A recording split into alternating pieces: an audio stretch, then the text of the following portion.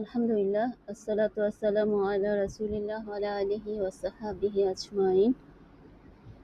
আউযু বিল্লাহি মিনাশ শাইতানির রাজিম। বিসমিল্লাহির রহমানির রহিম। সবাইকে আসসালামু আলাইকুম ওয়া রাহমাতুল্লাহি ওয়া বারাকাতুহু। আজকে 101 নম্বর হাদিস আমরা পড়ব। হযরত আবু হুরায়রা রাদিয়াল্লাহু আনহু হতে বর্ণিত, হযরত রাসূলুল্লাহ সাল্লাল্লাহু আলাইহি ওয়াসাল্লাম বলেছেন, দোজখ লোভনীয় জিনিস দিয়ে আবৃত করে রাখা হয়েছে, আর বেহেশতকে দুঃখ কষ্ট দ্বারা আবৃত করা হয়েছে। বুখারী ৬৪৮৭, তিরমিজি, নাসাই, আবু দাউদ, আহমদ হাদিস গ্রন্থে এই হাদিসটি এসেছে। আল্লাহু আকবার। আমরা এর আগের ১০০ নম্বর হাদিসটার রিভিউটা শুনি। ১০০ নম্বর হাদিসে আমরা কি পড়েছিলাম, সেটা হচ্ছে, মূল বিষয়টি ছিল শক্তিশালী মুমিন আল্লাহর নিকট দুর্বল মুমিনের চেয়ে অধিক ভালো ও অধিক প্রিয়। আসুন তাহলে ১০১ নম্বর হাদিসে আমরা যাই। এখানে কি বলা হয়েছে এটা আমরা সবাই বুঝতে পারছি, খুবই সহজ, যে রাসূলুল্লাহ সাল্লাল্লাহু আলাইহি ওয়াসাল্লাম বলেছেন, দোজখ লোভনীয় জিনিস দিয়ে আবৃত করে রাখা হয়েছে। অর্থাৎ মানুষ যে দোজখে যাবে এবং বেহেশতে যাবে তার কারণটা এখানে বলা হয়েছে। দেখেন, দুনিয়াতে আমরা যে কাজ করব তার ফলাফল স্বরূপই কিন্তু পরকালে যে আল্লাহ রাব্বুল আলামিন সন্তুষ্ট হয়ে, খুশি হয়ে এবং আল্লাহর দয়ায় আমরা জান্নাতে যেতে পারবো, তার আগে আমরা যেতে পারবো না। এখন আল্লাহকে আমরা সন্তুষ্ট করতে চাইলে আমাদের কি করতে হবে? দুনিয়ার জীবনে আল্লাহর কথা মতন চলতে হবে, সম্পূর্ণটাই।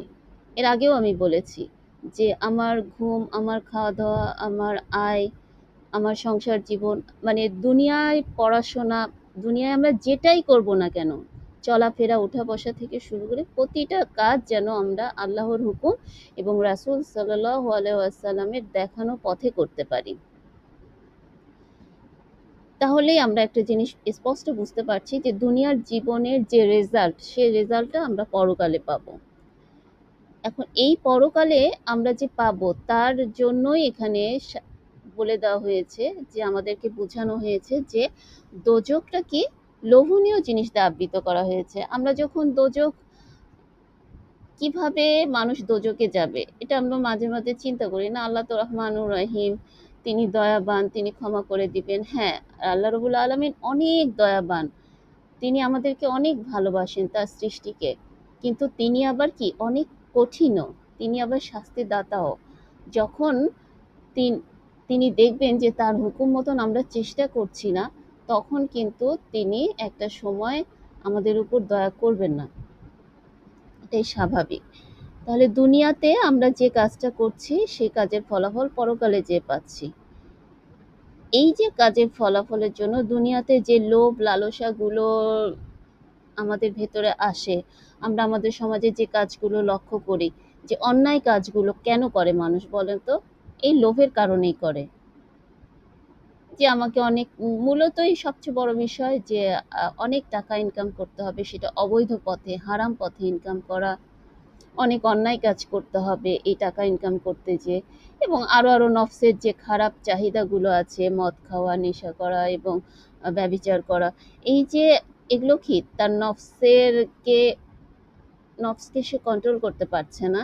সে লোভটা, দুনিয়ার যে চাওয়াটা, সে চাওয়াটাকে সে প্রাধান্য দিচ্ছে, আর এই লোভের কারণেই কিন্তু সে অন্যায় কাজগুলো করছে, এবং এই জন্যই কিন্তু জাহান্নামটা তৈরি করা হয়েছে, যে এই যে জাহান্নামটা পুরোটাই হচ্ছে লোভনীয় জিনিস দিয়ে আকৃষ্ট করা হয়েছে। ক্লিয়ার না কথাটা? এটা অনেক সঠিক একটা বিষয়। দেখেন, আজকে এই সকালে একটা খবর দেখলাম যে কিছু মানুষ একজনের কাছ থেকে জোর করে টাকা নিচ্ছে। জোর করে যখন টাকা আদায় করতে যাবে, অর্থাৎ চাঁদাবাজি বলেন কিংবা যে কোনো অন্যায়ভাবে টাকা আদায় করা, সম্পদ আরোহণ করা, হ্যাঁ, তখন না দিলে কি তাদের উপরে অত্যাচার তারা করছে। এইভাবে দেখা যাচ্ছে যে আমরা আমাদের সমাজে কি করছি, আমরা আমাদের সমাজকে কলুষিত করছি এবং আমরা আমাদের পরকালকে হারাচ্ছি। আমাদেরকে এই বিষয়টা লক্ষ্য রাখতে হবে। তো এই জন্য আমাদের এটা ১ নম্বর লক্ষণীয় বিষয়। ২ নম্বর হচ্ছে বেহেশতকে কি দুঃখ কষ্ট দ্বারা আবৃত করা হয়েছে। বেহেশতটা কি? জান্নাত, তাই না? এটা তো সবাই আমরা জানি। এমনকি যারা বিধর্মী তারাও কিন্তু জানে যে স্বর্গ নরক বলে কিছু একটা আছে। অর্থাৎ দুনিয়াতে যে ভালো কৃত কাজ করবে পরকালেও সে ভালো কিছু পাওয়ার আশা করবে। যাই হোক, আল্লাহ রাব্বুল আলামিনের কাছে ইসলাম ছাড়া অন্য কিছু কবুল হবে না। এটাই হচ্ছে ১ নম্বর বিষয়। দুনিয়াতে যতই অন্য ধর্মাবলম্বী থাক না কেন, তাদের কোনো কিছুই কবুল হবে না। আল্লাহ রাব্বুল আলামিন শুধুমাত্র ইসলামকেই কবুল করবেন। ইসলাম ধর্ম অনুযায়ী, ইসলামিক জীবন ব্যবস্থা অনুযায়ী যারা জীবনযাপন করবে, এবং কাফেরদের জন্য শাস্তি, এটা স্পষ্ট। এখানে কোনো দ্বিমত নেই কারো আমাদের মুসলিম সমাজের মধ্যে। এজন্য ইসলামের দাওয়াতটা আমাদের দিতে হবে। এখন এই যে দুনিয়াতে যে আমরা দুঃখ কষ্টগুলো পাই, এটা কেন বলেন তো? যে একটা কাঁটা ফুটলেও আল্লাহ রাব্বুল আলামিন একজন মুমিন বান্দার, এই বিষয়টা একটু লক্ষ্য রাখবেন, মুমিন বান্দার গুনাহ মাফ করে দিবেন। সুবহানাল্লাহ। এটা কিন্তু অনেক বড় একটা বিষয়, যে কাঁটা ফুটলেও মুমিন বান্দার গুনাহ মাফ হয়ে যাচ্ছে। আমরা চিন্তা করতে পারি আল্লাহ রাব্বুল আলামিন কতটা দয়াবান। সুবহানাল্লাহ। তাহলে এই যে আমরা যারা অসুখ, বিপদ আপদ, এই যে সব কিছু দেখতে পাচ্ছি, এর জন্য কি হবে? একজন ইমানদারের ইমান আরো বেড়ে যাবে। সে আল্লাহর কাছে সাহায্য চাইবে, আল্লাহর কাছে ধৈর্য ধরার তৌফিক চাইবে। এই দুঃখ কষ্টের মধ্যেও সে চিন্তা করবে, হ্যাঁ আল্লাহ তাআলা আমাকে হয়তো পরীক্ষা করছেন। এই জন্য এই বেহেশতকে কি দুঃখ কষ্ট দ্বারা আবৃত করা হচ্ছে। অর্থাৎ আমি যদি জান্নাতে যেতে চাই, আপনি যদি জান্নাতে যেতে চান, তাহলে আমাকে কিন্তু অবশ্যই দুনিয়াতে পরীক্ষা দিয়ে যেতে হবে। এটা আল্লাহ রাব্বুল আলামিন কোরআনে কিন্তু বিভিন্ন জায়গায় বলেছেন যে তোমরা ঈমান এনেছো বললেই কি আমি তোমাদেরকে ছেড়ে দিব? আমি কি তোমাদের পরীক্ষা করে দেখব না যে আসলেই কে তোমরা আল্লাহর পথে সঠিকভাবে কাজ করছো, কিংবা জিহাদ করছো, কিংবা আল্লাহর হুকুম মতন চলছো। আমি জাস্ট মূল সার সংক্ষেপটা আপনাদেরকে এই বিষয়টা বললাম, হুবহু কোরআনের আয়াতটা বললাম না। তো এইখানে দেখবেন আমাদের জীবনের একটা না একটা পর্যায়ে এসে প্রতিটা মানুষকেই দুঃখ কষ্ট সহ্য করে করে একটা স্তর থেকে আরেকটা স্তরে যেতে হয়। একটা সময় হাসি আনন্দ থাকে, আবার কিছুটা দুঃখ কষ্ট। তাহলে ওই যে একটা হাদিস অনেক আগে পড়েছিলাম, আপনাদের মনে আছে কিনা, যে কি হবে? একটা মুমিন সুখের অবস্থায়ও আল্লাহর কাছে শুকরিয়া আদায় করবে, দুঃখের অবস্থায়ও আল্লাহর কাছে শুকরিয়া আদায় করবে। এখন বুঝতে পেরেছি না যে আমরা জান্নাতে যদি যেতে চাই আমাদেরকে কিন্তু পরীক্ষা দিতে হবে। এখন এই পরীক্ষাটা কার কেমন আসবে এটা কিন্তু আমরা কেউ বলতে পারি না।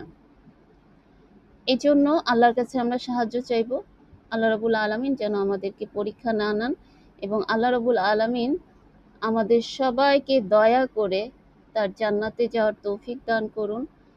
এবং আল্লাহ রাব্বুল আলামিন আমাদের যাদের আত্মীয় স্বজন মারা গিয়েছে, মা বাবা দুনিয়া থেকে চলে গিয়েছে, তাদের সবাইকে একসাথে দয়া করে আমাদের সবাইকে যেন জান্নাতে নিয়ে যায়, এই দোয়া করি। আর সবচেয়ে বড় বিষয় এই মুহূর্তে যেটা আমরা ফিলিস্তিনের ভাই বোনদের দেখতে পাচ্ছি, যে যেটা আমরা কল্পনা করতে পারবো না, যে অবর্ণনীয় দুঃখ কষ্ট, না খেয়ে থাকা, প্রত্যেকটা সেকেন্ডে তারা শহীদ হয়ে যাচ্ছে খাবার আনতে, যে মানে আপনি নিজেকে চিন্তা করতে পারতেছেন, ওরা ভয়ে কোথাও দৌড় মারে না। আমরা কি কোথাও ভূমিকম্প হলেই কিন্তু ভয়ে দৌড় মারি, কিন্তু তারা দৌড়ও মারছে না। তার মানে তাদের যাওয়ার জায়গা নেই, উপর থেকে প্লেন উড়ে যাচ্ছে, আল্লাহকে ডাকতেছে, যে হয় বোম হলে সঙ্গে সঙ্গে তারা শহীদ হয়ে যাচ্ছে। কতটা কঠিন ইমানের পরীক্ষা, আমি মাঝে মাঝে যে চিন্তা করি, আসলে এটা খুবই কঠিন। আল্লাহ তাদেরকে মুক্ত করে দিন, এবং আল্লাহ রাব্বুল আলামিন আমাদের ভাই বোনদের, ফিলিস্তিনি ভাই বোনদের স্বাধীনতা দান করুন, এবং আমাদের দুনিয়ার সবাইকেই এই দুঃখ কষ্ট থেকে রক্ষা করুন। কিন্তু দুঃখ কষ্ট পরীক্ষা আসলে আল্লাহর কাছে সাহায্য চাইব, ধৈর্য ধরে থাকব। আর আমরা যেন অন্ততপক্ষে দুনিয়াবী জীবনে লোভ লালসার থেকে দূরে থাকতে পারি, এজন্য আল্লাহর কাছে সাহায্য চাইব। কারণ এই লোভই মানুষকে খারাপ দিকে নিয়ে যায়, এই লোভ থেকেই মানুষ অন্যায় কাজ করা শুরু করে। আল্লাহ রাব্বুল আলামিন আমাদের সবাইকে জান্নাতুল ফেরদৌসে যাওয়ার তৌফিক দান করুন। এবং তার দয়া এবং মায়া আমাদের উপর আরো বাড়িয়ে দিন। আমিন। ওমা তৌফিক ইল্লা বিল্লাহ। সুবহানাক আল্লাহুম্মা ওয়া বিহামদিকা আশহাদু আল্লা ইলাহা ইল্লা আনতা ওয়াস্তাগফিরুকা ওয়া আতুবু ইলাইক। ওয়াসসালামু আলাইকুম ওয়া রাহমাতুল্লাহি ওয়া বারাকাতুহু।